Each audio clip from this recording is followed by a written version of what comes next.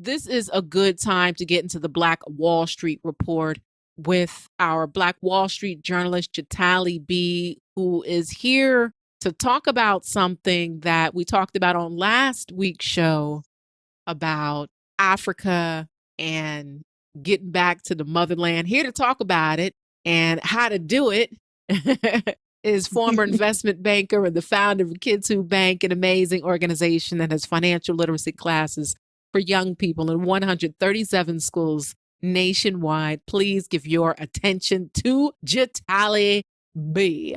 What's up, Jatali? So, ever since last week, when you had your episode, everyone keeps asking me, where should I invest in Africa, especially when it comes to Ghana? Besides the, of course, obvious real estate, they're like, what else can we invest in if we want us to move to Ghana or just have shares in something in Ghana? So, this week, I think it's only appropriate that I list at least 5 ways that you can invest in Ghana. Good. And around Africa, kind of generally something that is, I've noticed a trend in things that you can invest in. Are you ready for this? I'm always ready. Let's go. Brilliant. So I hate to say it, my number one is always going to be real estate. It's just a market that has done very well with me. And in the end of the day, it always makes sense to look at the real estate market.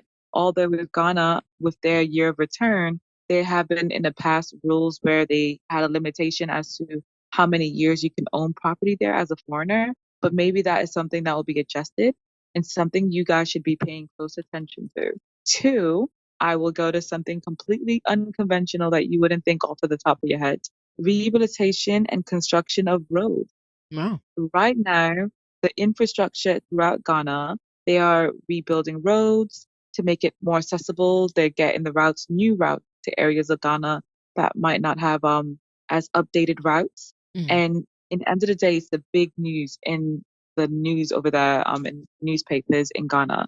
So if you think about it and you pay attention to the news and media, you'll be like, hey, who are getting these contracts? And if I'm you or if you're me, you're going to invest in the corporations that are either going to be hiring the people to fix the road or the companies who will be getting the contracts to fix the road. So guys, pay attention to your research. Who's going to be fixing the roads and doing the construction out there? Nice. Even though some parts of Africa, I will warn you, have outsourced that work to China. But I've also known people who will just invest in the China corporation that is doing the rehab. Next thing is irrigation. They have been adding more irrigation fixes and resolving it in a lot of parts of Ghana, even areas that maybe not are traveled as much. So rather it's water or just piping. This is once again a part of the industrial aspect of Ghana that you can invest in. You should be paying attention to.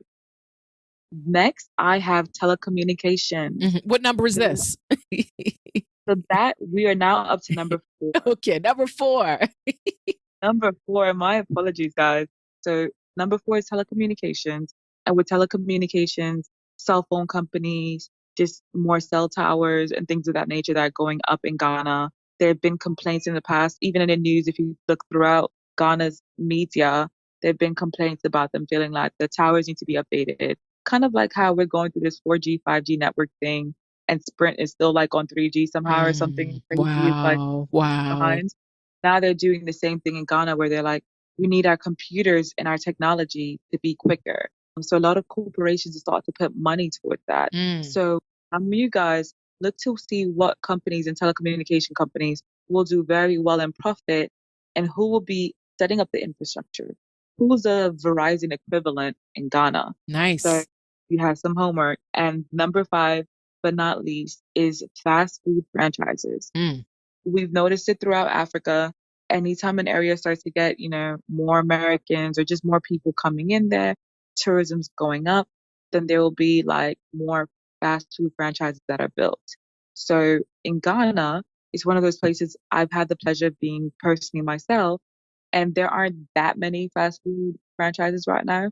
There's there's the traditional KFC and certain places. KFC, like in Paris, I heard when KFC got to Paris, all of the Africans were up in KFC. What is it with black folks and fried chicken?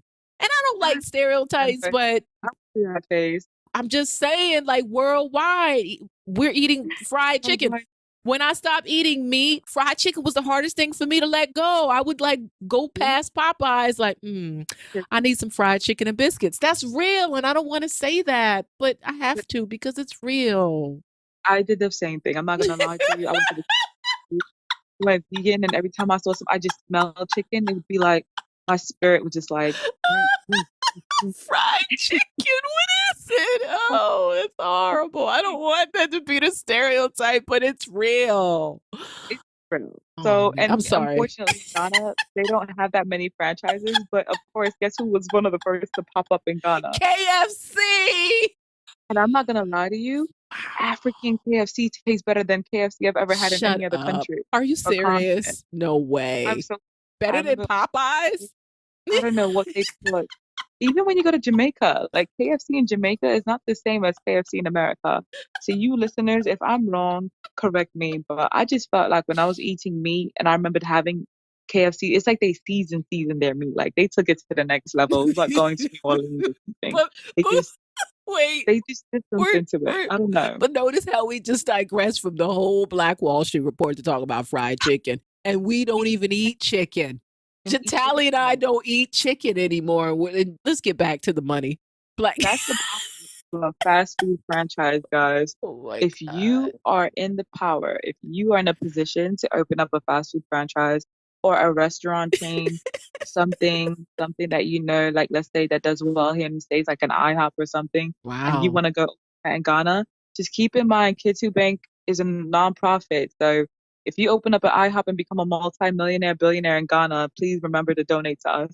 That's all I'm saying. But That's Jatali B with Kids Who Bank. Can you give them the website of Kids Who Bank after you've given this excellent investment knowledge? So it's www.kidswhobank.org or .com, whichever both will lead back to us. You can email me at info@kidswhobank.com. So once again, the 5 tips were create real estate in Ghana. Real estate's not going anywhere.